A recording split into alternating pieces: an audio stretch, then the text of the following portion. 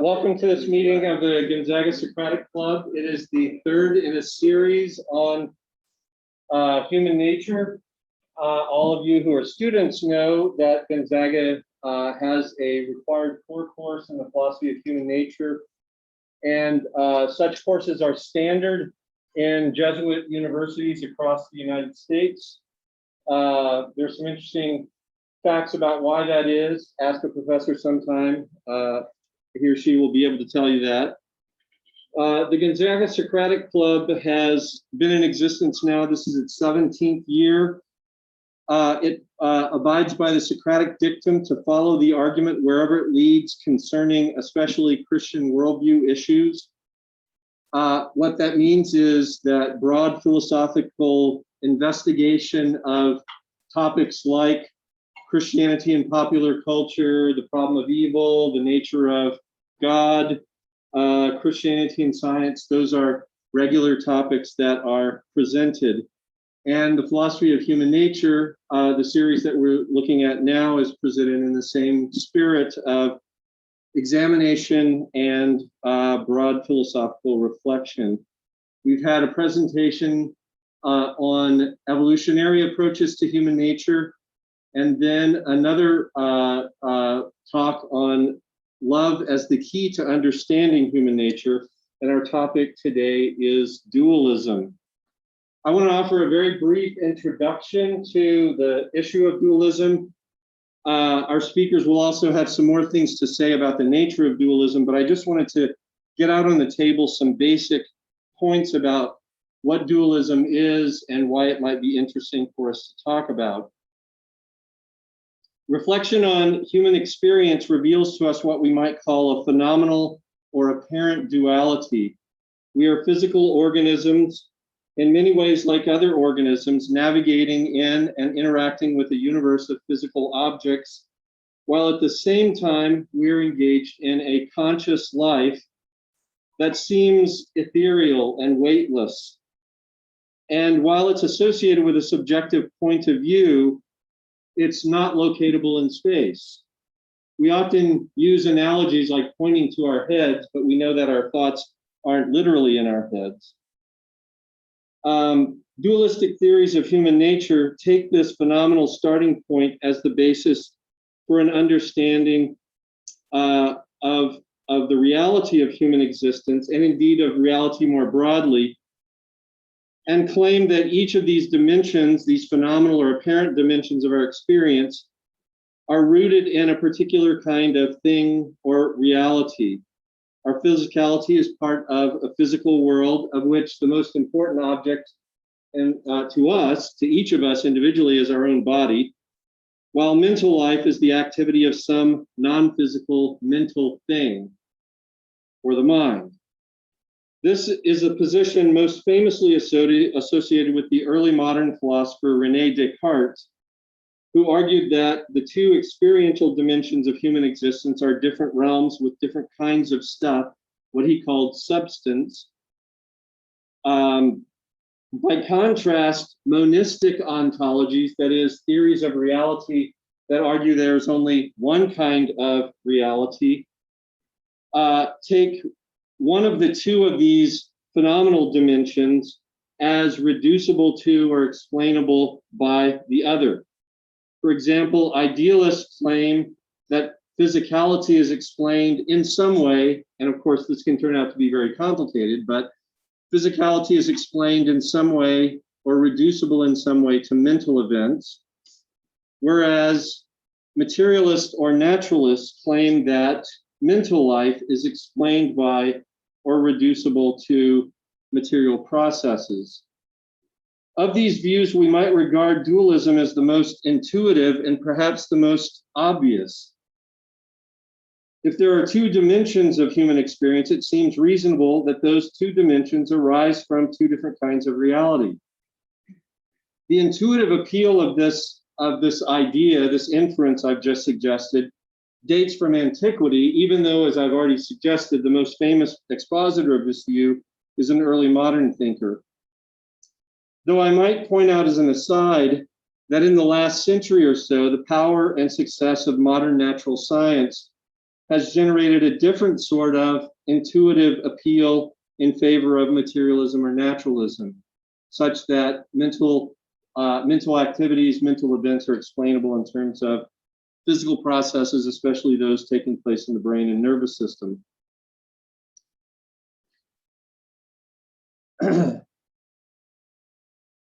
While powerful, popular, and intuitive, however, dualism faces what seem to be insuperable problems. And some of our speakers actually are going to address some of these problems. Most importantly, among those problems are mind-body causal interaction.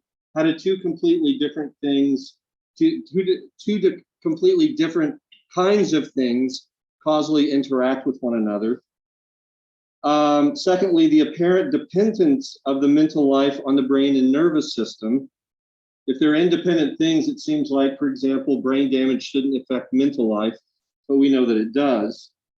And then there are assorted other logical problems associated with apparently incompatible properties of mental things and physical things, for example, spatial location. In the face of all these difficulties, is a broadly dualistic approach to human nature still workable and appealing? Our speakers tonight will offer two affirmative answers to that question. And our two speakers are Dr. Wayne Pomerleau and Dr. Kwenwal, both of the Gonzaga Philosophy Department. Dr. Pomerleau is Emeritus Professor of Philosophy from here at Gonzaga, with philosophy degrees from Georgetown and Northwestern. He just retired last year, so we're welcoming him back to campus tonight after over 40 years of teaching in the philosophy department, with teaching and research focuses in history of modern philosophy, human nature, and ethics. While he was the Powers Chair of Humanities at Gonzaga, Pomerleau originated and organized the What Can We Learn From series, which enlisted Gonzaga faculty explain important ideas of significant philosophers, scientists, theologians, and literary figures. It was a sad day when the What Can We Learn series came to an end, because it really did grace the university in important ways. Gonzaga Philosophy Associate Professor Kwenwal received his PhD in philosophy from Duke University after earning philosophy degrees from Beijing University. His current research interests lie in Chinese philosophy, comparative philosophy, and modern and contemporary philosophy. He regularly teaches courses in human nature, ethics, Chinese philosophy, philosophy of mind, and theory of knowledge. Our plan for tonight is we'll hear from each of our two speakers with presentations of about 20 to 25 minutes, and then we may let them banter with each other for a moment or two, but then we'll welcome questions and comments from the audience after that point. So with this introduction out of the way, let's welcome Dr. Wayne Pomerleau.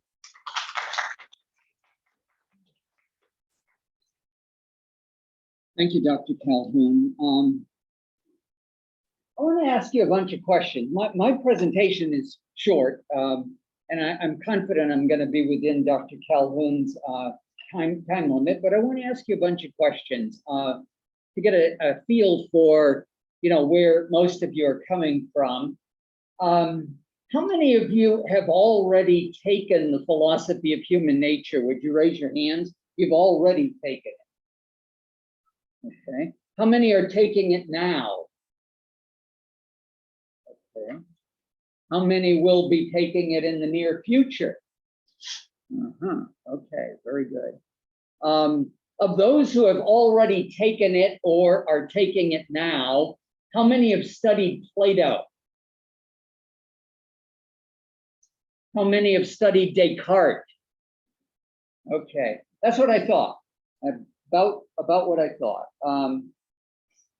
I think of Plato and Descartes as kind of the go-to guys in connection with philosophical dualism. And it's not at all surprising that both Dr. Liu and I will be talking about Plato to some extent and talking about Descartes to some extent, although neither one of us, I believe this is safe to say, neither one of us actually endorses either Plato's version of dualism or Descartes' version of dualism. We both advocate a kind of dualism different from the ones that you're probably studying or will be studying or have studied in your philosophy of human nature course. Okay, I want to ask you 6 more questions and then I'll get to the presentation. The 6 questions are in pairs. So it's going to be 1A and 1B, 2A and 2B, 3A and 3B. Okay, I'm going to tell you what the questions are first, and then I'm going to ask them. First question, 1A, is going to be, how many of you think you have a body? Don't answer it yet, but that's the first question. How many of you think you have a body?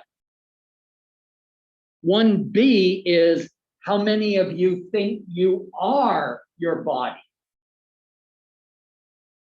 2A, how many of you think you have a mind? 2B, how many of you think you are your mind? 3A, how many of you think that your mind is completely dependent on your body?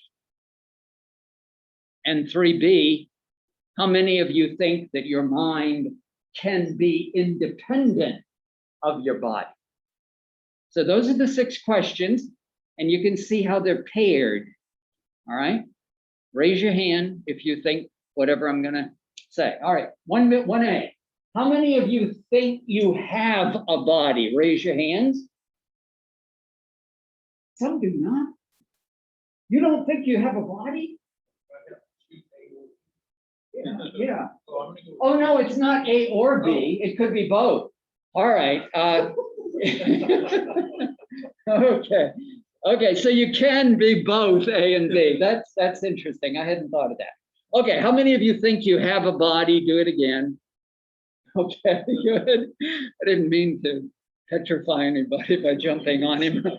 Okay. 1B. How many of you think you are your body? 1. Okay. 2. Interesting. That's really interesting. I may or may. So by R, you mean identical, because this covers the ambiguous. Yeah. I'm in this room, but I am not this room, Right. Right. And you could be your mind in a body, in which case you might want to say, I have a body, but I'm not my body. I am my mind. Okay, how many of you think you have a mind? Good, I'm glad to see a lot of hands. How many of you think you are your mind? In other words, you identify who you are with your mind. All right, all right. Last pair, 3A. How many of you think that your mind is completely dependent on your body? Nobody. Wow. Oh, okay. I gotta. I scared up a couple. Okay. How many of you think that your mind can be independent of your body? Oh, okay. That's very interesting. Okay, very good. Thank you. All right. Let's see. Dr. Calhoun has generously set up some PowerPoint for me. Okay. So I'm going to try to use PowerPoint. I've never used PowerPoint before. And for that matter, because I retired before I needed to do this sort of thing, I've never tried talking to a class or something like a class through a mask. Dr. Kreis, can you hear everything I'm saying, or is it muffled? It's okay. Can people in the back hear everything I'm saying? Okay, then I'll go. All right, I call my presentation Idealistic Dualism, subtitled Two Perspectives on One Being. Introduction. I would define a human being as essentially a personal animal. That's my 2-word definition of a human being, personal animal. Both of these concepts are important. It seems preposterous to try to deny that we are animals, that is, physical organisms living in and biologically dependent on a material environment, needing, for example, to eat and to drink and to sleep and so forth. But what sets us apart from other animals is that as far as we know, we are the only animals that typically develop personality. And by that, I mean that we naturally have the capacities that we identify with a person, namely the capacities for abstract rational thought, for unselfish social emotions, and for autonomous moral will. I'll say more about those three later. Philosophically, I am a Kantian, meaning that I generally follow the philosophy of Immanuel Kant. Here he is. I brought him with me tonight. Immanuel Kant, an 18th century Enlightenment German. Kant is both an idealist of sorts and a dualist of sorts. Thus, to understand Kant's position, we have to consider both his idealism, which emphasizes the mind without disregarding the material body, and his unique form of dualism, which I interpret as a dual aspect theory, namely two possible and legitimate perspectives on everything in our world, in the world of our experience, including all human beings. Two perspectives on the same thing. So it is the duality of our human nature that makes us both physical beings and mental beings. You ask the question, are we physical beings or mental beings? The answer here would be both. We're both, genuinely both. At any rate, that's the big picture of my position. Now let us try to dig into some relevant details. On the board, our identity as personal animals. My definition of a human as a personal animal is a takeoff on Aristotle's notion that we are essentially rational animals. So Aristotle's definition, rational animals. Pomerleau's definition, personal animals. While Aristotle, the philosopher, may emphasize our rationality, our reason, Aristotle, the scientist, does not ignore the fact that we are members of the animal kingdom. Likewise, while Kant may emphasize our personal minds, he wrote a whole book on anthropology that explores facets of our nature as physical beings. As I have already indicated, my adjective, personal, includes, but is not limited to, Aristotle's idea of our being essentially rational. For both of these thinkers, Aristotle and Kant, abstract rational thought sets us apart from other earthly creatures.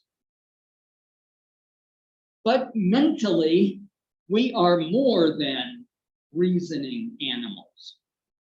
We have higher social emotions that transcend primitive emotions such as fear, higher emotions such as ambition, despair, and unselfish love, what Dr. Tritton talked about as agape. How many of you heard Tritton's talk on love and human nature? Talked about agape, okay. And we have the sort of will that is capable of autonomous free choice and thus capable of moral responsibility. So I'm using the word personal as including the rational and more. I don't want to pack this presentation with a lot of quotations and textual references, even though I could. I don't want to do that because I don't think that's the sort of thing that Dr. Calhoun had in mind for this series of talks on theories of human nature. But let me indulge just a little bit. In his greatest work, Kant famously focuses on three questions that any adequate philosophical system should try to answer. Now I'm quoting him, quote, 1, what can I know? 2, what ought I to do? 3, what may I hope? Close quotes. In a later book, Kant adds a fourth question, and I quote, 4, what is man? Close quotes. This fourth question, what is man, which underlies the epistemological question number 1, the ethical question number 2, and the religious question number 3, is the focus of our session tonight, and indeed of the whole series of human nature sessions that Dr. Calhoun has planned.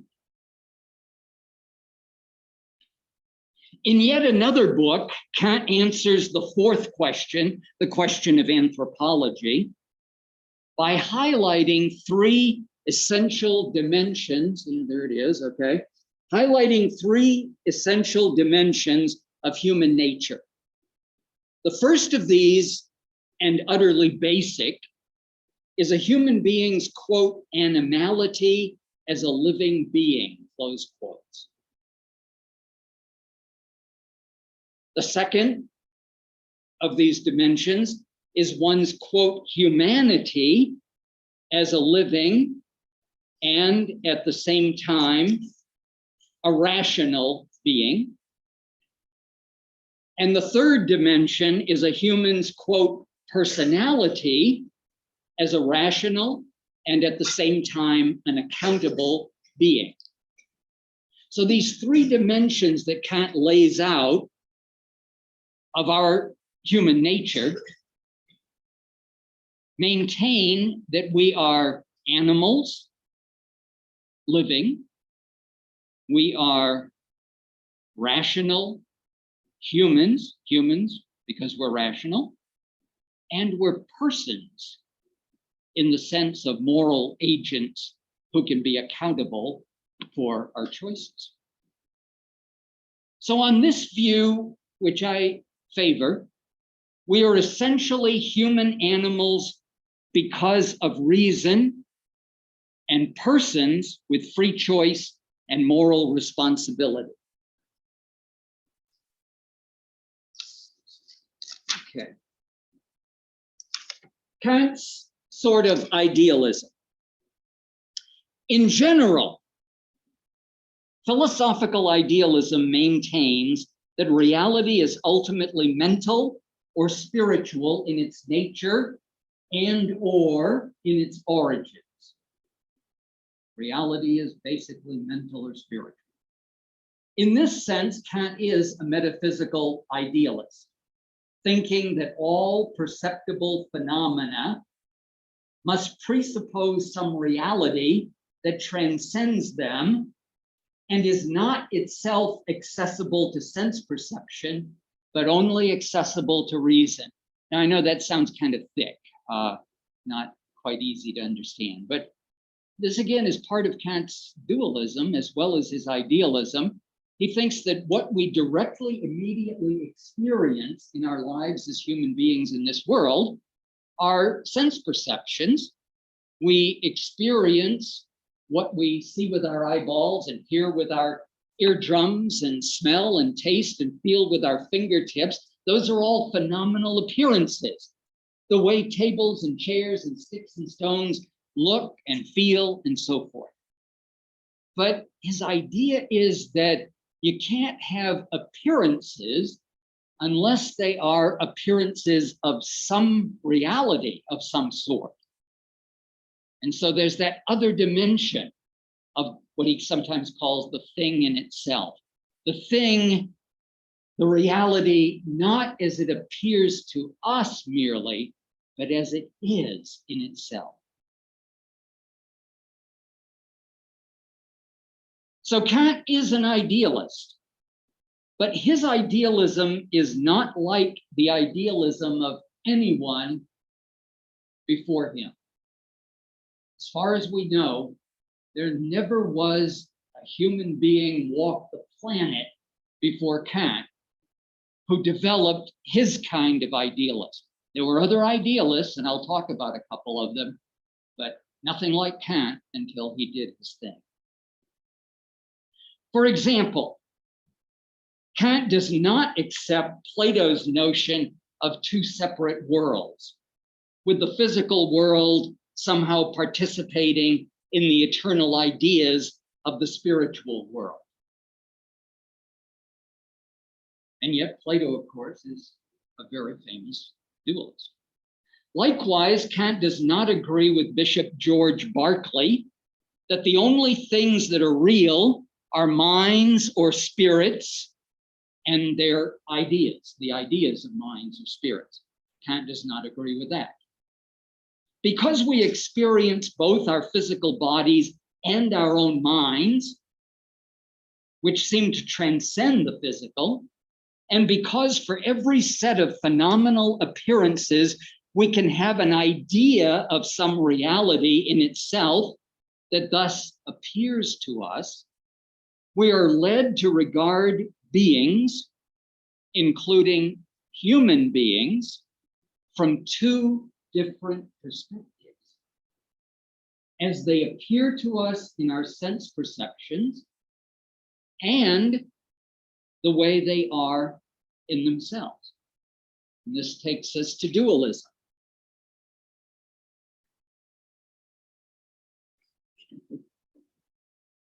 Kant's sort of dualism. Just as there are different kinds of idealism, so there are different kinds of dualism.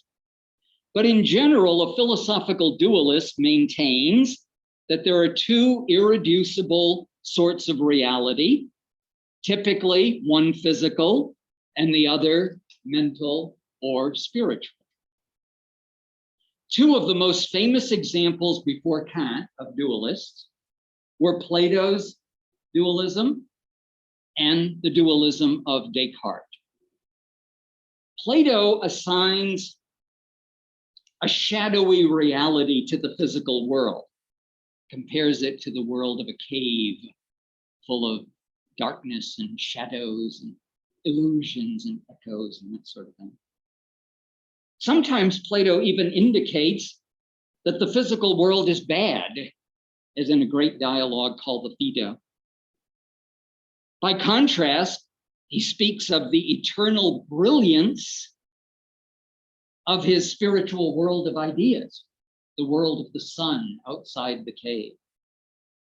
Kant would have none of that. Descartes considers mind and body to be two radically different substances, where a substance is something that has reality in its own right. For Descartes, mind and body are different, radically different substances, neither of which is reducible to the other. For Kant, while we might think of mind as a real being, we can only know physical, phenomenal objects as substances. We can never know the mind as a substance. We can only know objects of sense perception or of possible sense perception as substances.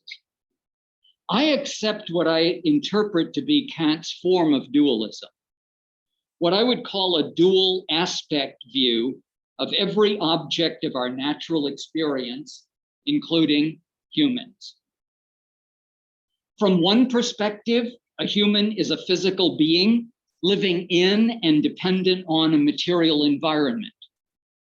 But from another perspective, that same human is a mind that is not obviously reducible to the brain and central nervous system, although they are somehow importantly related, as Dr. Calhoun's introductory remarks indicated.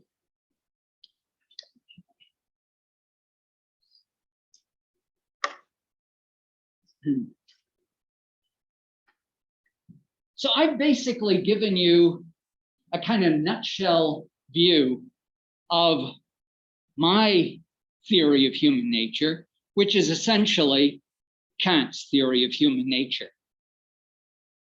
Does that indicate that I think this is it? No problems, no room for criticism?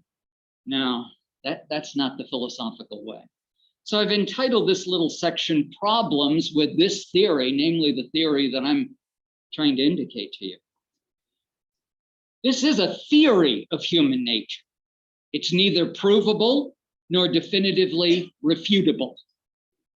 The function of a theory is to explain what we want explained. We rationally accept a theory when it seems to us to explain something better than other theories of which we are aware. Still, we must honestly admit the difficulties attending even our carefully considered and chosen theories. That's the philosophical way, to try to be self-critical as well as critical of others. The problem with idealism in general is that we do not have publicly verifiable natural access to spiritual reality beyond the physical. And we never experience spiritual reality independent of physical reality. At least we never naturally have such experience. The problem with every form of dualism is not only that, but also the challenge of how exactly the two sorts of reality are related to each other. Plato's theory founders on his vague explanation that the bodies of our physical world somehow participate in the eternal ideas of the spiritual world. Descartes, for all of his genius, and I love Descartes, for all of his genius, Descartes becomes a bit of a laughing stock due to his desperate suggestion that it is in the pineal gland of the human brain that mind and body meet and connect. So what about the Kantian view that I'm espousing? Well, the problems are similar. They don't go away. How can we establish that there is any mind independent of bodies? We should ask. Does this get us far in dealing with questions that are of interest to many of us concerning the origin and destiny of the mind or the soul? Is it adequate to say that mind and body are simply two perspectives on a single human being? Is that enough of an explanation to satisfy? And have we any grounds for affirming the reality of any purely spiritual being, such as God? So are there problems with this theory? You bet there are. Why, Latin section, why we might nevertheless find this theory attractive. So given these problems with the theory, why should we take it seriously? Well, first of all, consider the prevailing alternatives. Materialism, which you can find, for example, in Thomas Hobbes, the great Thomas Hobbes, Materialism reduces everything to bodies and their interactions. Materialism is inhospitable to free will and religion. And materialism boils down morality to the satisfaction of desires, with no room for transcendence, no room for genuine spirituality. Kant's idealistic theory corrects those problems of materialism, at least I think they're problems. Forms of idealism other than Kant's tend either to denigrate the physical, as I think Plato does, or to deny it substantial reality, as Bishop Berkeley's theory does. Kant, by contrast, calls himself, quote, an empirical realist, while advocating his position of critical idealism. So Kant is clearly an idealist, and he calls himself that, but he does something that is very unusual for an idealist.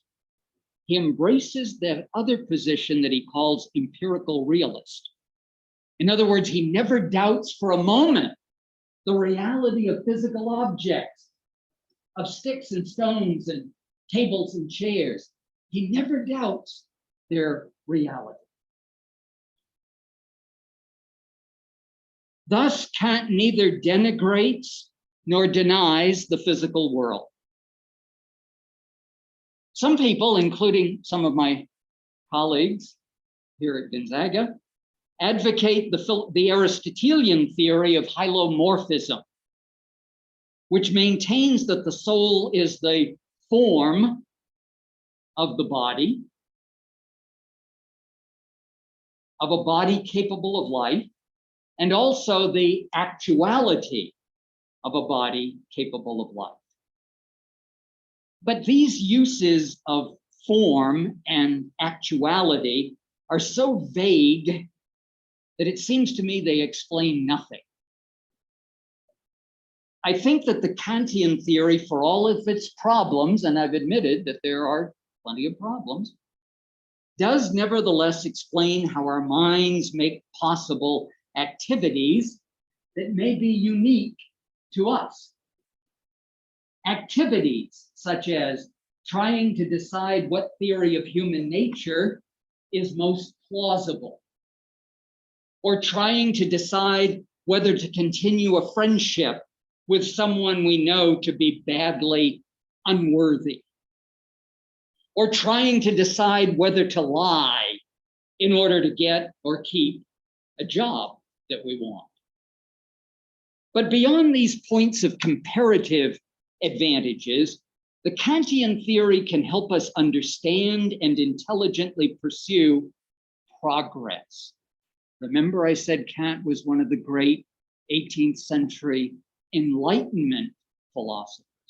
One of the great ideals of the Enlightenment is the ideal of progress. The vision that progress is possible if we work for it, and the determination to try to achieve that progress. As animals, we seek not only to survive, but to thrive, and our minds help us to be more successful at that. As rational beings, we generate our own history, building on past achievements and learning from past failures so that we do not repeat them. As social beings, we can develop an active, caring concern for others, even for those we've never met and shall never meet. As moral agents, we bear responsibility for the free choices we make, thus developing good character or bad character. No other animal creates its own future to the extent that you and I, human animals, do. We develop as individuals when we mature. Our cultures adapt to changing circumstances, and our species itself evolves over time.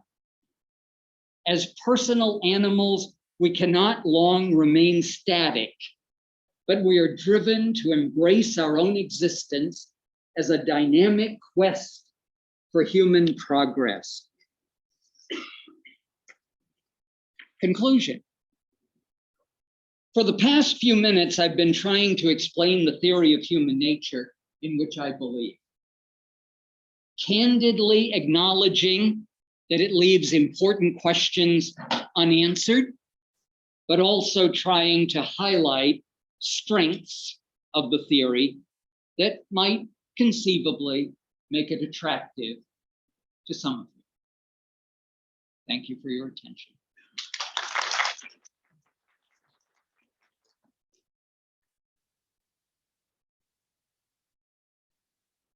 Lou, I'm just going to get you set up here with your PowerPoint.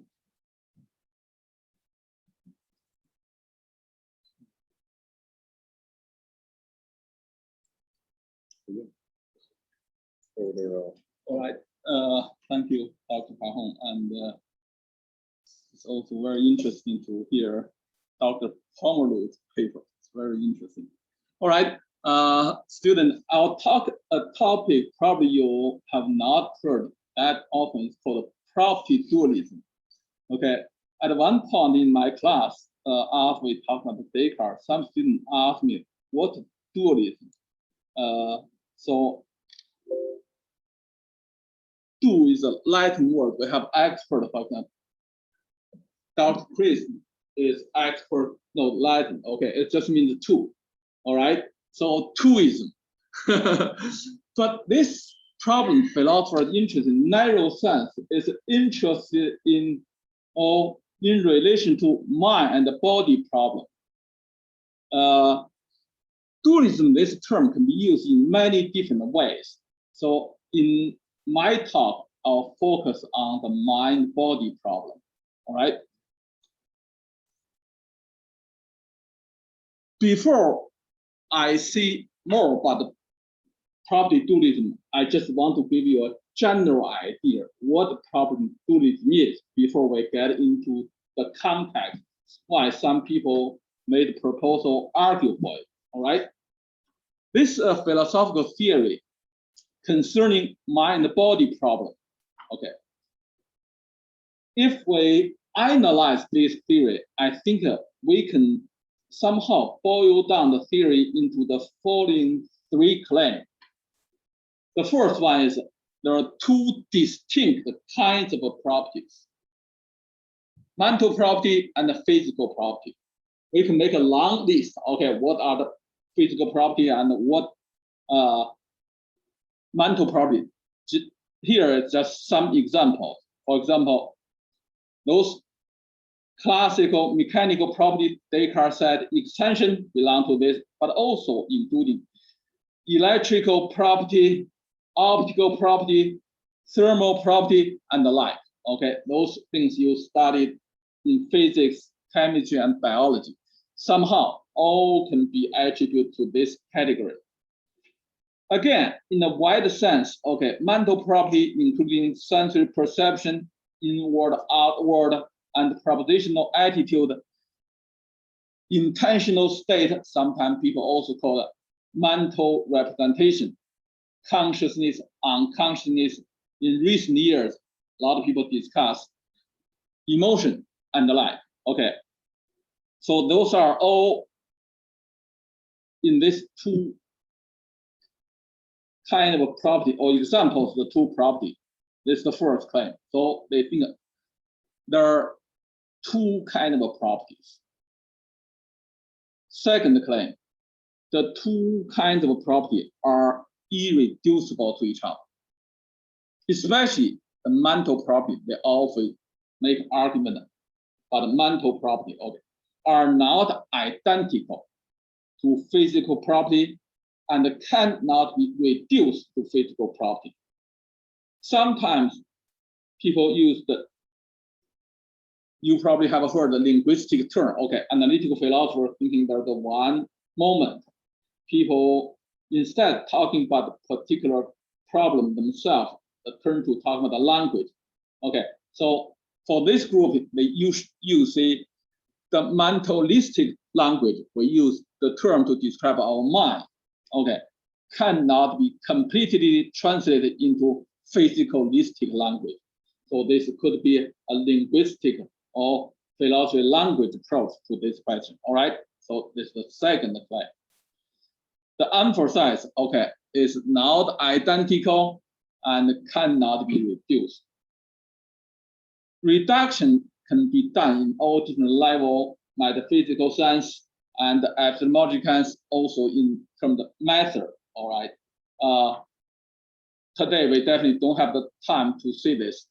The third one, probably the most easy to remember, this is two kind of property in here in one kind of things, material substance or physical things. All right, so physical property, mental property are all, sometimes people say belong to mental substance or physical things, sometimes to say, even say are housed in material substance or physical things. All right, so these the three basic claims, property dualism claims. To understand the property dualism, I think we need to understand their background, why some people are interested in making this proposal and offer a lot of arguments. All right, so if we look at the history, we can see property dualism is a critique of physicalism. All the time, we always see materialism, roughly speaking, the middle of the 20th century, there one group of philosophers thinking physicalism is a better word than materialism.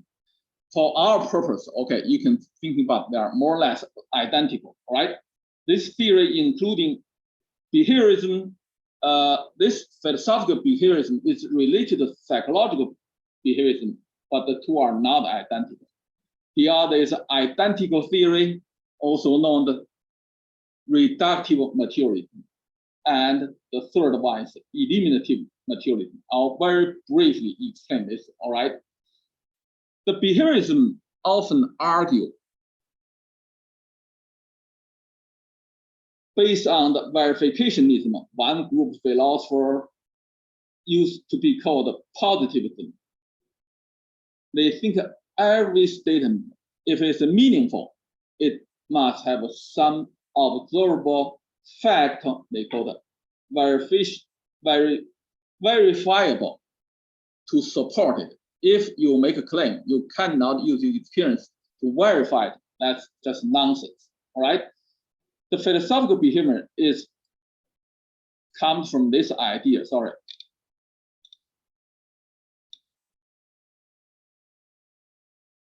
We'll see a little bit more about this.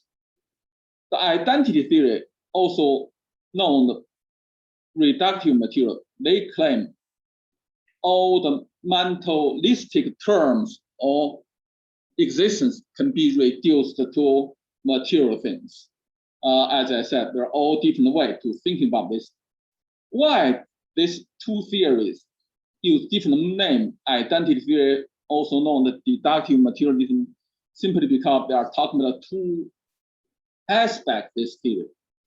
To see identity theory, okay, people usually to think about, we can use two different terms to describe the same thing. Maybe some of you in this room have heard of Frege's very famous theory, but meaning and reference. Any of you have heard about this?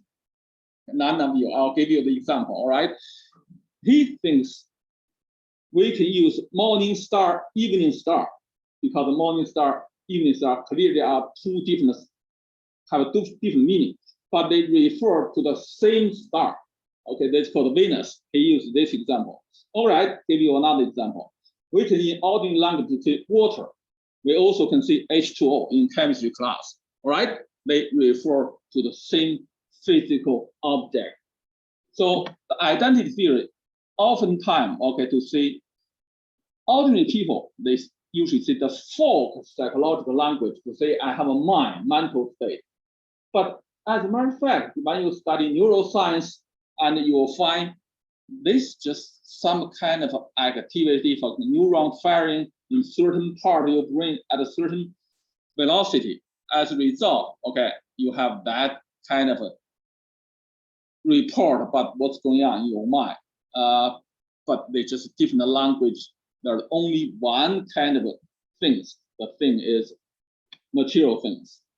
Okay, reductive materialism is in the sense we can reduce, for some reason.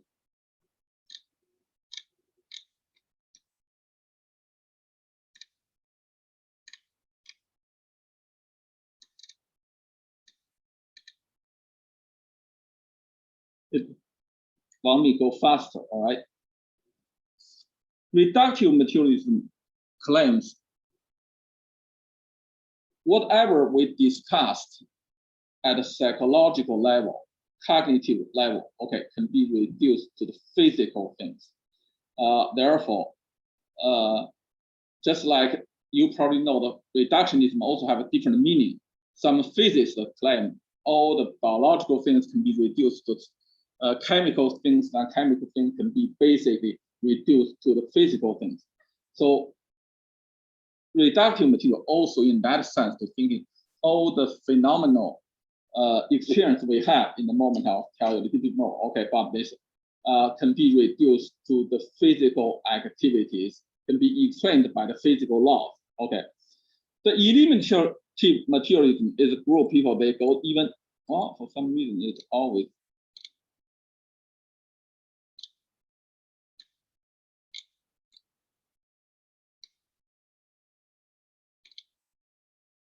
you could use the front back arrows, it may be a little easier to control on the keyboard. okay, thank you. Okay. It's even a more simple claim. Basically say what we said about the mind, just some kind of illusion, all right? When you know science, especially neuroscience, the folk language talking the mind, all should be eliminated. After I briefly explain this background, okay, I can somehow to see this. Physicalism, Dr. Calhoun's introduction talk about is a critique of a Cartesian dualism. In a moment, we will talk about our Cartesian dualism, okay. At the same time, the property dualism is a critique of the physicalism. So to understand property dualism, we must at least have some knowledge of this part of the history of philosophy. I'm so glad both Dr. Calhoun and Dr. Pomerleau already mentioned some of the history, all right? Since they already mentioned something, I want to be very brief. I think most people think about the mind-body problem, at least in philosophical sense, okay, we'll think about the Plato, especially Plato's famous dialogue, Phaedo, okay, there he made a number of arguments for immortality of the soul and reincarnation of the soul. What Plato did is he least make a 4 major arguments to say mind has a certain properties, and the body, Plato towards the psyche, soul, right? And the body on the other has the opposite property. Therefore, mind and the body are not the same thing. Body, for example, can perish and the mind cannot. Body is visible in the visible world, mind is in the invisible world, and etc. Then they derive this conclusion, right? As we said, the immortality of the soul and the reincarnation of the soul. Even nowadays, in people who are interested in philosophy of mind, very few of them are talk about Plato. But his influence clear is there, especially on Descartes. if you look at Descartes' reading, he also thinking about these two kind of property are opposite. In the moment, we will talk about this. All right. Descartes' basic claim in this regard, okay, is the mental property presuppose a thinking substance, a mind. Physical property presuppose extended substance. I use this presuppose from a quotation. Okay, this Descartes says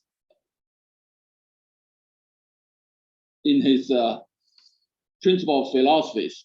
Even those are all implied in his meditation. It's more likely in your philosophy human nature class you have read Plato's meditation. Maybe some professor also asks you write his discourse on method. All right. So let's quickly familiar with Descartes' way of thinking this question. Descartes' ontology has this three layer. Okay, even those idea or those words all can be somehow attributed to or trace back to Aristotle's categories.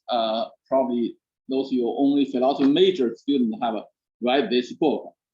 I'll use what Descartes said in the Principle of Philosophy, especially the section 50 to 60.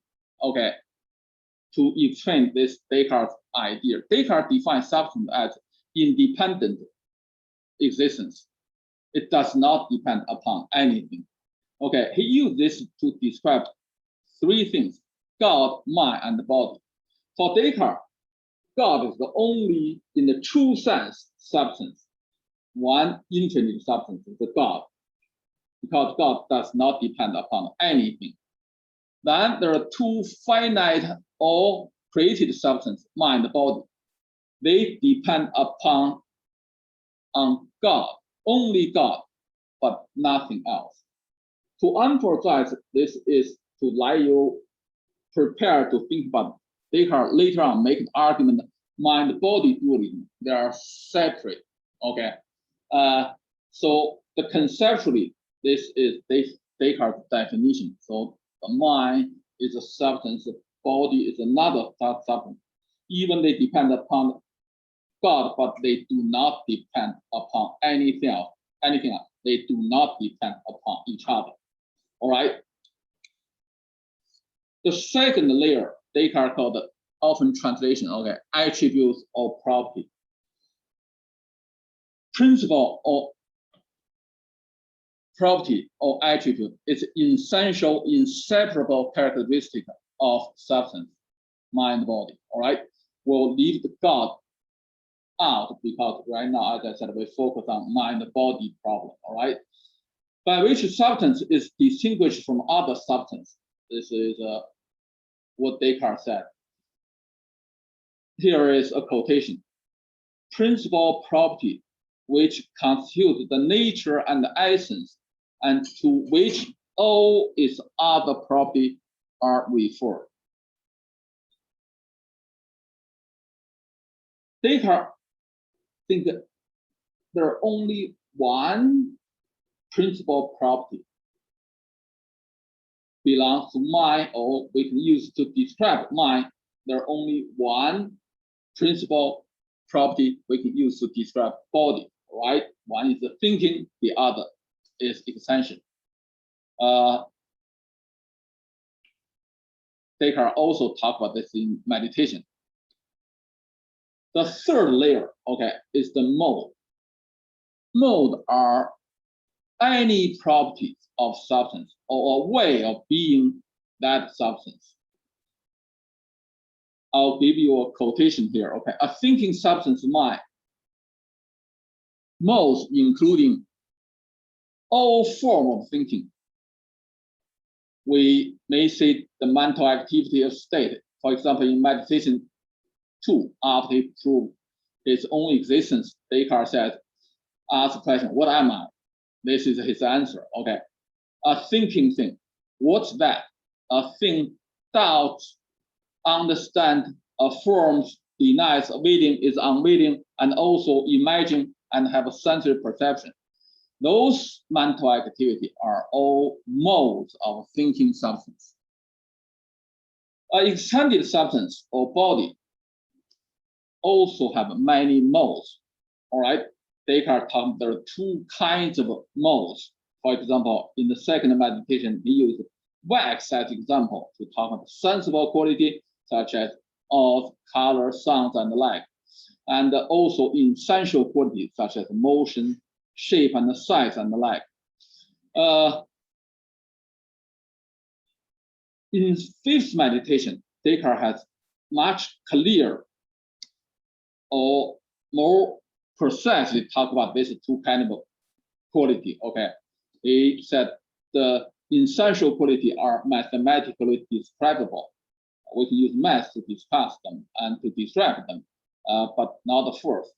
But he talked about this, the sensible quality are just various arrangements in essential quality. So the second quality entirely depends upon the primary quality. By the way, this idea, I think, is not originated in Descartes. It's come from Galileo Galilei. He already talked about this two property. Also in the history of philosophy, John Locke, for example, continue talk about this. But for Descartes, his purpose to say mind is a substance. It has one essential attribute of property. This essential property can have different modes or different mental activity. This what Descartes says, but here is also an important idea. I think it's very influential. Later, people think about this question. According to Descartes, a mode presupposes a property. One way say, for example, I'm doubting, use Descartes' word, this is just a mode. This presupposes I can think, because doubt is one mode of thinking. Secondly, Descartes also a property presupposes a substance. He thinks the property without substance is inconceivable. You cannot think that the thinking things, activity, does not belong to any substance that doesn't flow around. That's just impossible. At the same time, Descartes also claimed substances without properties are unintelligible. For human being, anyway, if you just say material substance or mind, you don't know any specific properties or the principal property, it's not understandable. That means you really don't understand what that is, all right? So Descartes' reasoning, as I said, we can trace those vocabulary to Aristotle in the medieval time, and also in Descartes' contemporary. A lot of people discuss and use those terms. I think that they have a profound influence. This is the reason why we talk about those things. And hopefully you can make the connection to say why nowadays people still think about there are mental properties, there are physical properties, and they all somehow belong or inhere in certain substance. Descartes' position usually is on this mind-body problem, it's called dualistic interactionism. This captures Descartes' two major claims. On one hand, mind-body are two different things. On the other hand, they are interact to each other. I think Descartes' claim even stronger than interaction. He, for example, in the sixth meditation, more than once, in the moment we'll read a couple of quotations to see this. He thinks that mind and body are closely joined together. Even he used the term intermingled and form union. In Discourse on Method, Descartes also said this. If we talk about the real man, the real person, you cannot think about the two parts. One is body, the other mind. They must be close, connected, or joined together. So let's look at the two arguments Descartes made in Meditation 6. This is dualistic interactionism. You don't need to read this whole thing, but I just pay attention to certain terms I highlight, the emphasis I might add. Okay. First argument is this in the 9th paragraph in the 6th meditation. Descartes tells us mind has this property thinking. At the same time, he emphasizes if it has a property thinking, it cannot have property extension. It does not extend in place. So Descartes put this two, follow this Platonic tradition, okay, have two opposite problems. Mind is thinking. If it's thinking, it cannot extend. Vice versa. Body is extended. Extension is principal attribute or property. It cannot think. Some object cannot have opposite two property. Okay. As a result, Descartes derived the conclusion mind and body are two separate things, and he claimed the mind can exist without the body. All right. But I also want you to pay this attention. At even this argument, he argued for dualism. You still can see he told the body with which I'm closely conjoined. Descartes never lose this perspective. He never says, okay, just turn the mind, body, two different things. In every argument, he also emphasizes the two are close, joined, connected, and etc. Now, let's look at next argument. This appears in paragraph 19 and 20, all right? Descartes in synopsis is like a summary of the meditation. He discussed and made the following claim. He thinks this argument we are going to talk about is enough to prove the mind-body dualism. So here is, Descartes claims mind is indivisible, body is divisible. Again, the same logic, okay? The two, one thing cannot have two opposite properties. As a result, mind and body are two separate things. Again, okay, I hope you can see this. Descartes also used this term. The whole mind seems to be united to the whole body. Okay. Even he making this argument, he still claims, oh, this is a part of his argument to say the mind and body are close related. All right.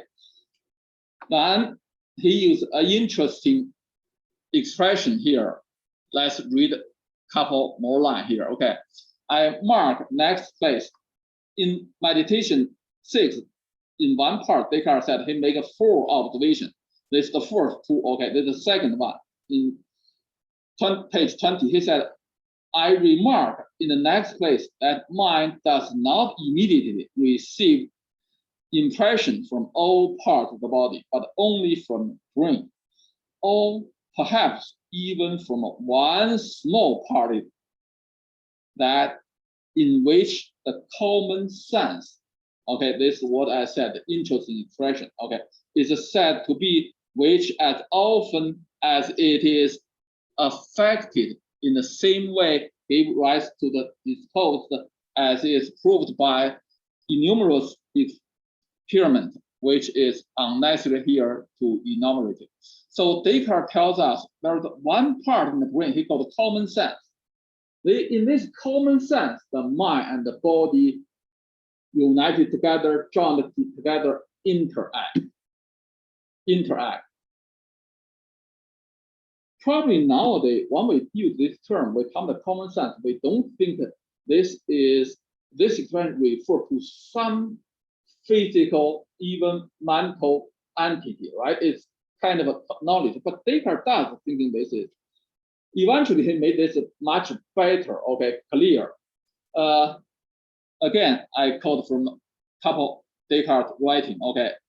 This is his discourse on matter. He talked close joined together, again, united with the body, okay. He referred to this as a small gland in the middle of cavity. I think the best place to see this, all right, is in the Passion of the Soul. Descartes' last word, okay, there he talked about Dr. Pomerleau mentioned this, the pineal gland. all right, the exercise is a function more particular than in all others. They call this gland the principal seat of the soul. Okay. Probably nowadays we all know, or at least I think some of you have heard about this. The pineal gland has nothing to do with the mind-body action. All right, it's secrete certain hormone. For example, if you have sleeping problem, you probably have heard this. You take some melatonin. Does any of you? Okay, the pineal gland secrete that hormone. Okay, so it's not really like what Descartes think. But even Descartes does not get that right, or did not have knowledge at the time.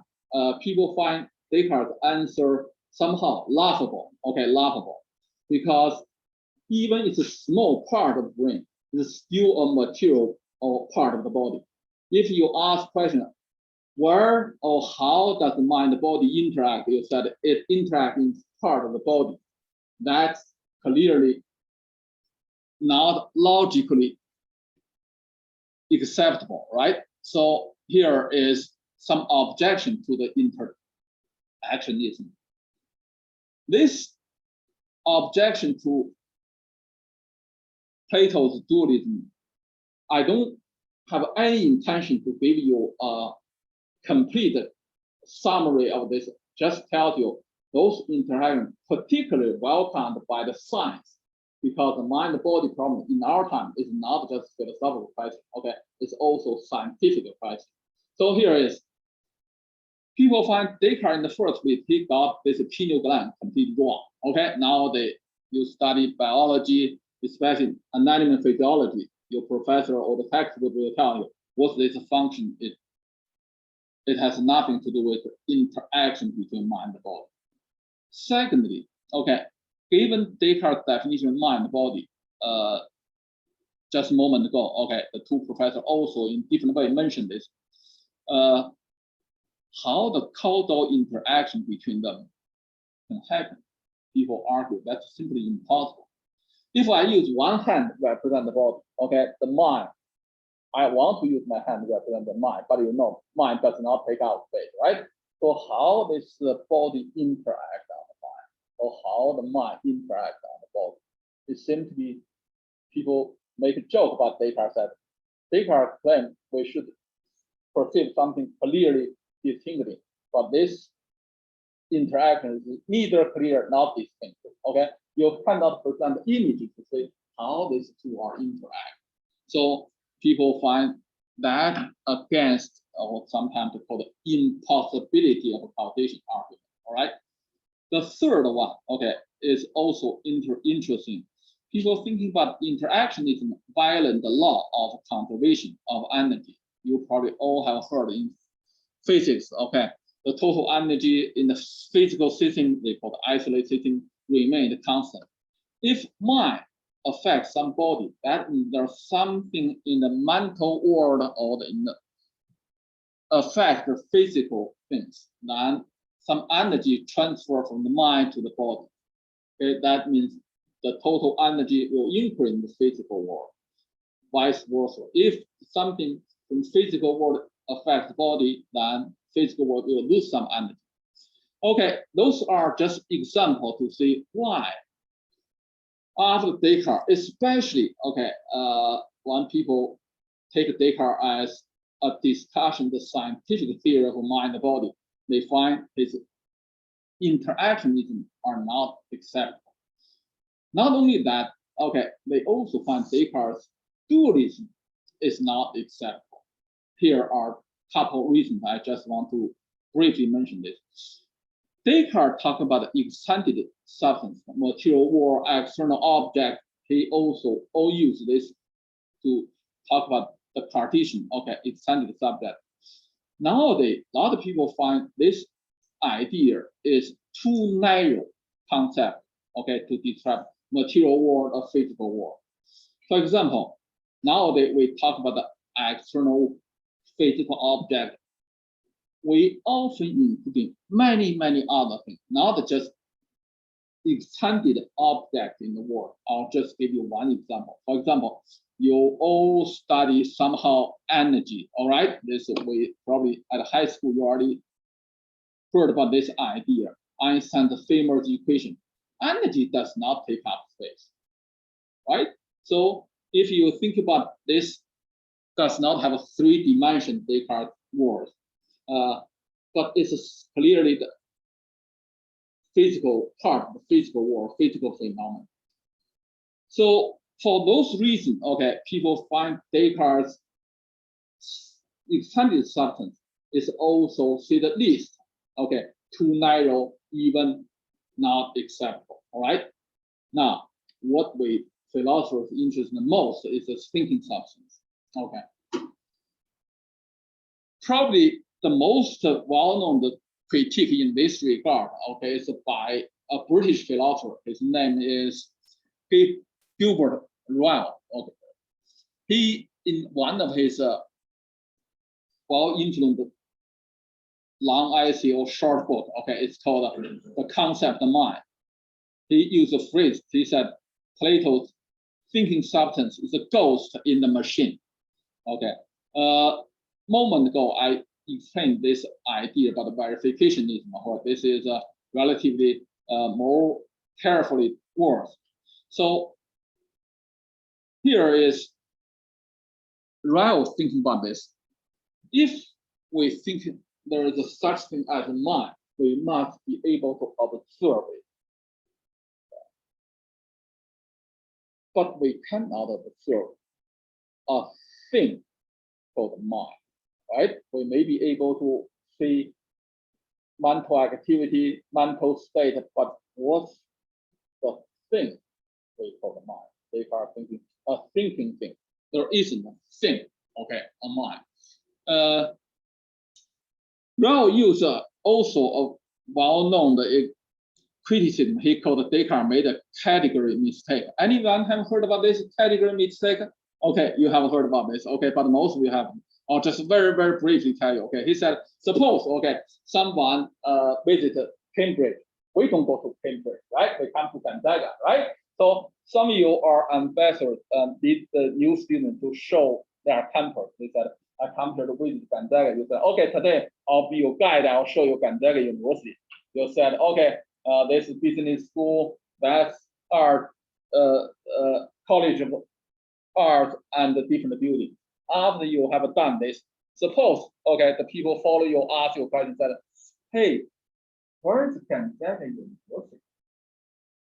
Right? You show me different building and different people, but there isn't Gonzaga University. Okay? Probably you'll say, well, you made some mistake. Okay, Gonzaga University is not a thing in addition to those building and the people. Here is Ryle's criticism. Okay, so he thinks Descartes made this kind of mistake. He thinks there are different mental activity, mental state, and then there's the thing. Okay, you already know Descartes' specific argument is a substance. So for this reason, those people follow this tradition, the analytical tradition. Sometimes people, as a matter of fact, most people, from what I have read, not analytical philosopher, but rather the psychologists and the technical science, they all accept this idea. Okay, don't think that thinking is a thing. In our time, this is not my topic. Okay, most of them believe functionally. They think mind is a function, not a thing. Okay, this is. We'll see a little about Ryle's behaviorism because he's very, very influential, at least in period of time. Okay, his own idea, if there is no such thing as a thinking thing, okay, then how we can talk about mental state? For example, I said I'm very happy right now, right? What we should say? Certainly, no one can, according to the principle of verification, can observe my mind to see it and etc. So here is what Ryle, he learned this from psychological behaviorism, but I want to tell you the philosophical behaviorism is not identical with psychological behaviorism. Here is the idea. Okay, we can give you some input. This is called a conditional input, okay? Then, since the mind is not something we can observe, this is called a black box, not observe. But we can observe your behavior. So here, thinking about this question, suppose you want to know what's happiness. You can give me some input. For example, you organize a surprise birthday party. All right, the party can be defined by drink, food, and a certain location and certain people. Those are observed. Then, while walking this room, you said, surprise, and I'll behave in a certain way. For example, I may clap and my hand, right? Okay, this is the output. So what's happiness? Happiness is a disposition. Under certain condition, I will or you will behave in a certain way. Both the condition and the behavior are observable. In the middle, we don't talk about it. All right, we don't talk about it. At this point, when I wrote this, I was thinking about a children's song. You may have heard, but you all know it. If you're happy, you know it, you clap your hand, right? That's philosophical behavior. You don't know what is in my mind. For example, you cannot observe my happiness or any mental state. The philosophical jargon is called privileged exercise. Only person can access my own mind. You have no privilege to access my mind. All right. If I say I'm happy, you just listen to me. I'm happy. If I say I'm not happy, then you also have to believe me. This is not a science at all. Okay. So, I was thinking, if we start from the observation condition, give you certain input, then we observe the output. Then we can define mental state in this way. But I'll invite you to thinking about the following question. The following question is, what's missing in this picture? Okay. Suppose, okay, you organize a party. I walk in, you see, I do. You say, see, he's happy.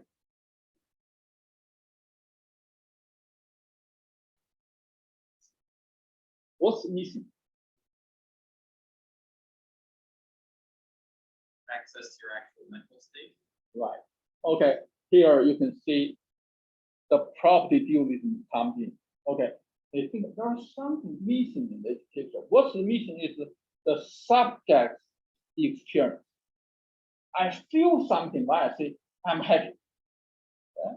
It's not just say I see drink, food, people, then I do. Okay? There's something in my mind, if we still use this term, okay, I feel something. That part is missing. The internal experience. As we are aware of conscious, it's called a conscious experience, okay, as we experience. That part is missing. So here, you can see the property dualism said, this cannot be, meaning mental state reduced to just input, output. Okay. There's something missing here. Now, let's say one more. I already briefly explained this two theory, okay? As a matter of fact, it's one theory, two expression, the identity theory and deductive materialism.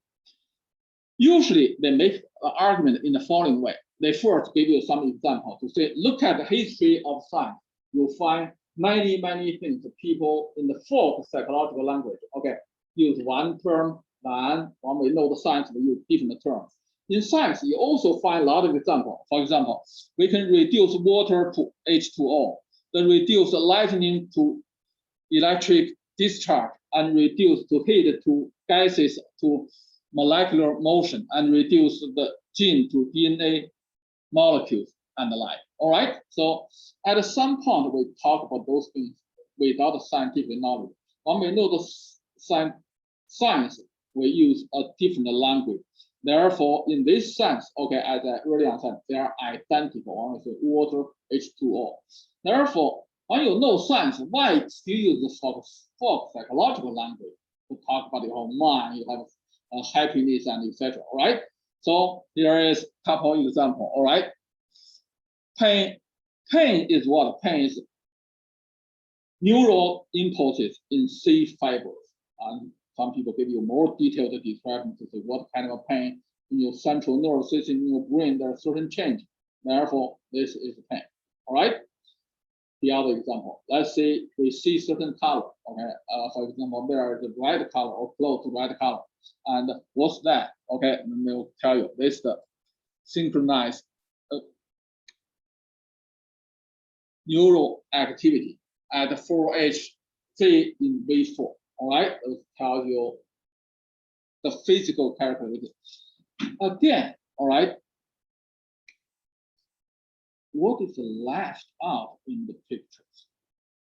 The deductive pictures. Probably dualism responses is this. Is the subjective experience. I'll mention two relatively well-known writing. Okay, one is Hans Riegel. In 1989, he published article, "What is it like to be a bat?" Okay, any of you have read this? Very good. I know Dr. Clayton, sometimes in his philosophy human nature class, he asked him to read this article. Okay, so here is, we can describe physicalistic how a bat behaves. Okay, so we can get this objective perspective, but we never can experience, or the science cannot tell how the bat experience.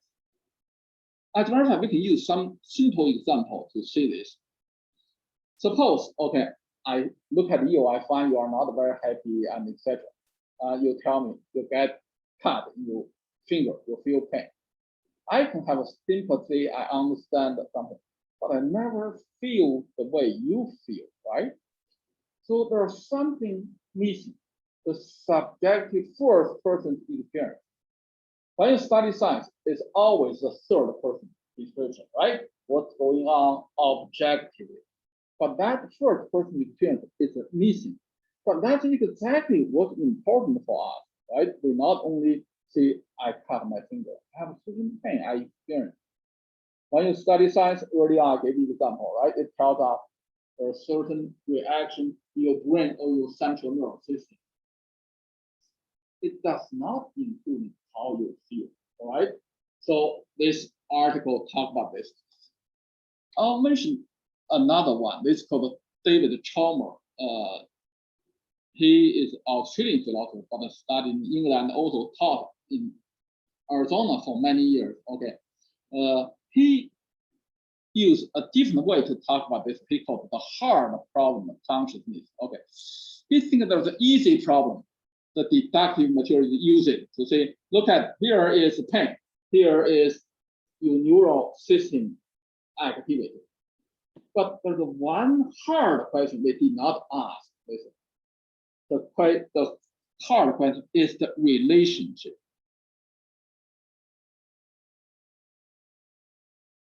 Why? If your neural system has a certain change, you have that image, let's say right feeling or sensation. How these two are related? The deductive just say, when you have this, you see something, this is a change in your brain. But is there a causal relation or some other relation? They cannot answer that question, right? So he thinks, or these two philosophers all think that there's something missing in the deductive material in the picture, which we care a great deal, the subjective experience or the relation between what happened in the physical world and what as we experience. So this is called conscious experience. Recent year, there are a lot of books, articles published in this field, okay, not only philosophy and psychologists I think they published more book in this than philosophers. And there are cognitive scientists also interesting. By the way, there are some artists, actors also published question about this question. They think they only have one body, the same body. When they play different role in different film, they have to put the body in the different mind in their body, the same body. Very interesting. All right. So those discussions all kind of interested in the this problem. Now, as I said, we can look at this, why people interested in the property dualism as a process of inquiry. If we start from Descartes, we find his theory encounters certain problems. So there are physicalism, all different forms, criticize Descartes. But those physicalist theory, like identity theory or deductive material theory, also have their own problems. Therefore, property dualism challenge them. Is property dualism free of criticism? Of course not. Right? Dr. Calhoun, do I have more time? I should We're stop. actually over time already. All right, so I'll stop. Okay, I'll just tell you one. In the philosophical circle, Daniel Dennett, maybe some of you haven't heard his name. He criticized property dualism. All right, in the discussion section, if anyone interested, I'll tell you a little bit more about the criticism. What I want to tell you this property dualism, the central idea is, I hope you can see it's an interesting topic. Okay, and also the inquiry is not just establish certain theory, but a certain theory is challenged, then some people even challenge new theory and etc. So we're in the process of, if you call it progress, okay, it's making progress, but at the same time, new theory challenge old theory, but new challenge of the new theory. All right. So this is the interesting part of the question. I hope you participate in this discussion, find something interesting. All right. Okay. Thank you.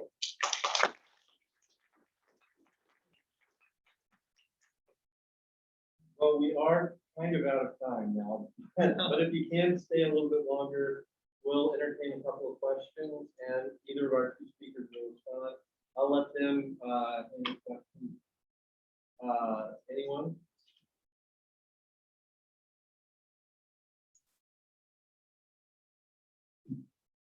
Yes, please.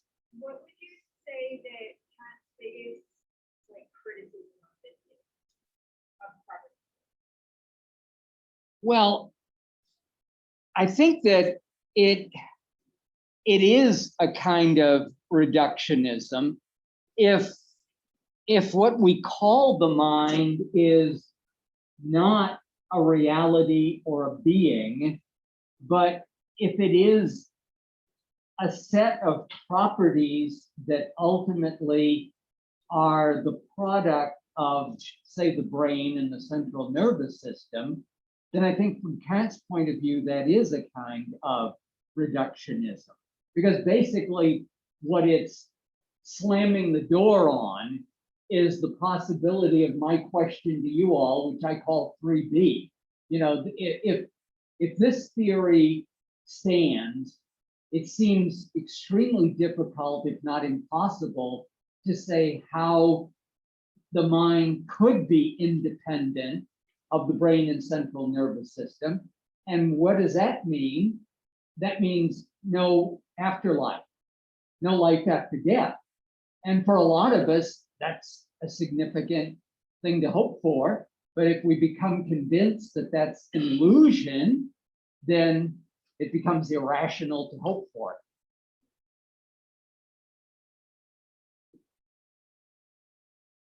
Yes, please.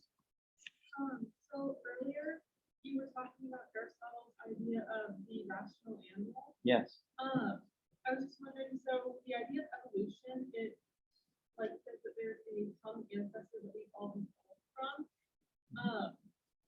Would you say that this means that humans somehow managed to evolve the mind element over time as opposed to it just always existing? Wait, are you wanting me to talk from Aristotle's point of view? From either yours or his. Oh.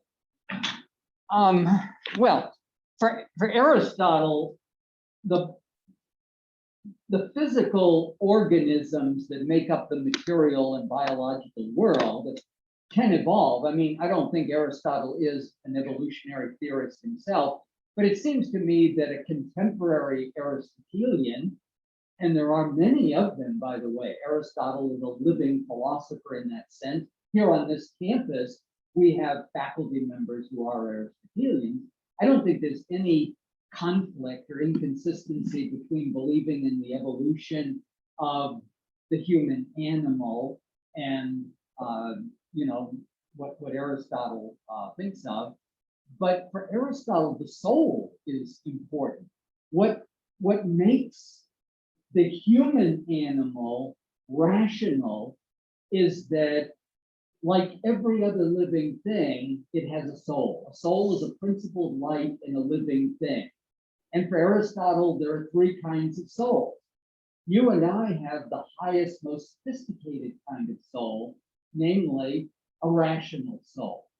Okay, so I think that would be attacking it from Aristotle's sort of perspective.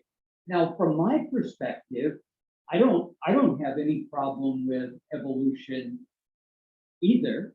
I think that fully accepting the evolutionary theory of physiological reality, such as ours or chimpanzees or whatever, that still leaves wide open the question of whether what I call the mind itself evolves over time, or whether the mind is something that had another origin or source, as in the Christian idea that the mind or the soul was implanted in the body, ultimately by God. I don't think that evolution is a crippling, stumbling block for either Aristotle's theory or the one that I was espousing. But I like the question. Thank you. Any questions for Dr. Liu? You just helped me answer the question. Any question? Come on, ask. We like it. We like questions. How would you respond to Dr. Pomerlau's suggestion that property dualism ends up being a kind of reductionism?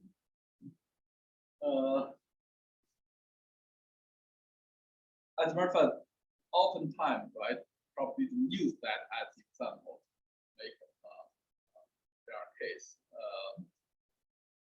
I do not think in every regard or every consideration one may consider but the mind-body problem, computing can hold their work. Okay.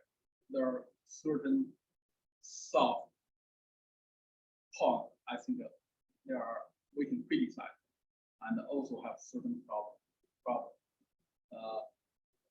When you thinking about that question, I want to ask you a little bit, tell me what you are thinking about this.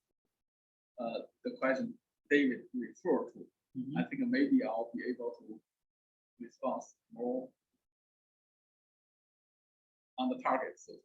Well, I was hoping not to get into Kant's epistemology as theory of knowledge, but I am a follower of Kant's epistemology. And one of the things that I think a lot of people might find unsatisfying about answers I give is that from the point of view of Kantian epistemology, we do not know and we cannot know the nature of any metaphysical reality. And so it's perfectly fine to ask, yeah, Pomerleau, but what is the nature of the mind in itself? And at that point, I'm going to say, I don't know. And I don't believe that anybody can know. My view that I espoused in my presentation leaves wide open the question of whether the mind can have a reality independent of the body, 3B, or whether what we call the mind, is completely dependent on the body, 3A. My view is agnostic on that point. And if I try to pretend that I know the answer, then I'm violating the epistemology, which I'm committed to believing. Dr. Pomerleau, I think what I understand in this report, Kant would say something like this. Okay, we can know all the property laws using Descartes' language, but we cannot attribute them to the substance, right, with the experience. But we can rationally or reasonably presuppose there are such things. Therefore, at empirical level, we cannot see the mental substance, the material substance, right? All those modes, attributes can build on or belong to them, and etc. But thinking at rational answer to this question, I think that Descartes also had this kind of idea. It's not conceivable to think about those properties are just there, so Right. they do not belong to something. They must belong to something. But do you have experience to prove this? No, Kant would say, right? And Kant says that. I mean, there are not a lot of places where he says this, but both in the Critique of Pure Reason, which I consider the greatest work of philosophy ever written by a human being, both in the Critique of Pure Reason and in the Prolegomena, he makes that mini argument that you cannot have phenomenal appearances, logically speaking, without there being something that is thus appearing. So a distinction that Kant makes that I find useful is the distinction between thinking of something as X, for example, as a being, and claiming to know that something is X. Kantian epistemology rules out, eliminates knowledge claims about metaphysics. But that doesn't mean that we cannot think of ourselves as spiritual beings, that we cannot think of God as a reality, and act as if those thoughts are regulating our behavior. So they become, again, this is getting a little technical, but they become what Kant calls regulative ideas as opposed to constitutive ideas, constitutive of knowledge. But that distinction between thinking and knowing is very important. It is very important. I think this idea in Descartes' meditation probably also discourse on matter as well. Descartes just use our intelligence, intellect, with more mind body are two separate things. I call that a real man, that two things are drawn together.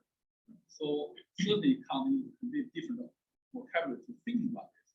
So you cannot find a real man. It's just mind. This man is just a body. The two separate things. But we can use our intelligence to think about this, right? Even with what we know, the attribute or the property mind and the property of body, since there are all of this, I said, Plato's tradition, they are opposite. Therefore, you can have one, you cannot have the other. Visible individual, all right? One thing cannot have both of them, otherwise against Aristotle's law. Therefore, they are in theory now use our intelligence you can separate. But in the real world, so to speak, Descartes' word, real man, they join together. So as in our experience, at any rate, every human being is both a physical being and the kind of being that can develop mind. Right. And if you've got a body with no mind, then it's questionable whether that's a human being. It may be biologically human. If you've got a mind without a body, a disembodied mind, again, it's sort of hyperbole to say that's a human being. Because a human being, as we understand human beings, for both Descartes and Kant, is some sort of combination of mind. Well, I want to ask you, what do you think of Kant's position on mind, the body problem? What Kant would say about it? I know he has no, or at least to my knowledge, his passion is Right. because from what he said about other things, what he would infer or Well, again, to go back to that distinction that Kant makes between the realm of phenomenal appearances, the way things appear to us human beings in sense perception on the one hand, and the way things are in themselves on the other hand. The body would be the locus of phenomenal appearances. Our access to the body is through sense experience, for example. But the mind is not a phenomenal object. It's not a set of appearances. We never experience the mind itself. We experience acts of the mind's thinking and feeling and willing and so forth. But our access to the mind cannot be through physical sensation. It's only through reason. And thus the mind is that other dimension of reality, that other perspective on reality, that is, again, a technical word, he calls it the noumenal perspective, the realm of things as they actually are. But you're right, Kant doesn't explicitly nail down his analysis of how the mind and the body are related. It's clear that they are. It's clear that they are. But how exactly? And as I indicated, I think this is a real problem that doesn't go away for any of us who are dualists. The question of how exactly what you call mind, whatever you mean by that, and whatever the body is, how exactly those are related. Yes, please. So I have a question for both of you, which is what do these two theories of dualism have to say about free will? It's briefly mentioned in your talk. It seems like for Kant, if the metaphysical is inaccessible in a certain sense, it doesn't seem to me that there is much that we can say about it. From the property dualist perspective, it seems like the mind is being reduced to an epiphenomenon that lacks its own proper ontology. If that's the case, are we forced to adopt a physicalist perspective, at least in that department? Well, in many ways, Kant is the philosopher of freedom. Freedom is one of the most important concepts in all of Kant's philosophy. Now, Kant believes that in the world of physical objects, there's no freedom. The whole physical world is governed by a kind of Newtonian natural science and physical law. But the realm of freedom is the realm of the mind. The mind is apart from that whole network, that whole web of causal determinism that locks in cause-effect relationships. So for Kant, it's in a way because the mind is not reducible to the physical that freedom is a possibility. And for Kant, it's one of the most important aspects of the human mind, the possibility of free choice. I like your question, by the way. But as I recall, the only work I have read related to the question you asked is David Chalmers. Instead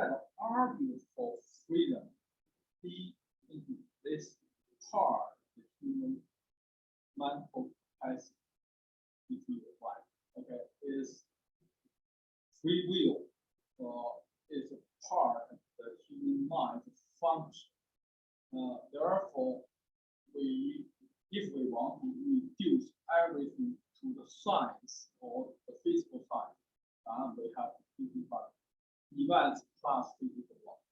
That means there's no free, right? Every event has a cause, and a cause has a cause, and etc. Right? So, but that one, he used that as an argument against deductive material, but he does not make argument for free itself. Maybe one last question, then we'll leave you that. Go ahead. I was just curious on the idea that you said that the mind is accessible. To sense perception. Sense perception. Yeah. So I was gonna, I want to push back. I want to hear, I guess, whether or not this line of thinking is. I don't know. I would be curious to see. So I feel like in dialogue, that's one way we're able to access the minds of other people. And I feel like if we weren't able to truly, if the mind was truly accessible to others, then we solve the system. Truly, yes. I was wondering whether or not see that as a problem to solve the system, that the mind is accessible, and whether or not you think that the mind can be reached through interpersonal dynamics, relationships. Well, I think Dr. Liu is right that subjective states of mind are private. There's a kind of privacy to my thoughts, my feelings, my acts of will. You can draw inferences about what my mind is up to based on my behavior, including my linguistic behavior, but you're not going to be able to directly, immediately experience my states of consciousness. Only I can do that. So your inferences, no matter how carefully you monitor my behavior and study what I say and what I do, your inferences are interpretations. And if I am deliberately setting out to fool you and acting, playing a part that's not genuine, then your interpretation is likely to be wrong. And you may never know it because you can't get access directly into that. I have access to my own thoughts, feelings, desires, and so forth. But again, not through sense perception. I can't get that access by seeing with my eyeballs or hearing with my eardrums or smelling or tasting or feeling with my fingertips. None of that's going to give me access even to my own states of consciousness.